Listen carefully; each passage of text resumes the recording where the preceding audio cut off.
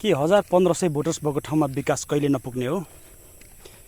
के राजनीति बनेको जहिले पनि भोट ब्याङ्क सुरक्षित र राजनीतिक भविष्य सुरक्षितको लागि मात्रै विकास गर्ने राजनीति गर्ने हो कि यो राजनीति र विकासलाई चाहिँ मानव अधिकार मानवता र समानतासँग पनि जोडेर लाने?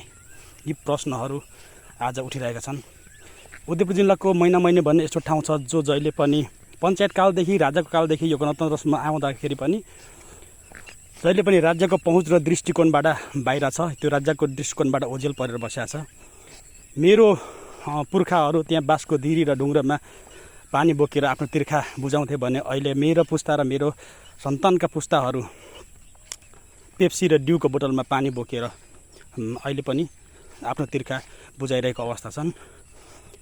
अहिलेको मानव समाज चाहिँ आजको 21औं शताब्दीमा चाहिँ मानव समाज मङ्गल ग्रह र चन्द्रमामा पानीको स्रोत खोजिरहँदा मानव बस्ती बाँध्दा मात्र 1.5 किलोमिटर तल रहेको पानी लिफ्टिङ गरेर बस्तीसम्म किन पुर्याउन सक्दैन यो राज्यले?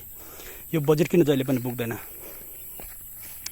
आश्वासनको भरमा हामीले चाहिँ जिन्दगी बिताउनु पर्ने हो र हामी आफै पनि त्यो काम गर्न सक्छौँ यदि राज्यले नगर्ने हो भने। तर हामी के भन्न चाहन्छौँ भने हामीले ट्याक्स तिरेका छौँ, त्यहाँको जनताले पनि ट्याक्स तिरेको छ।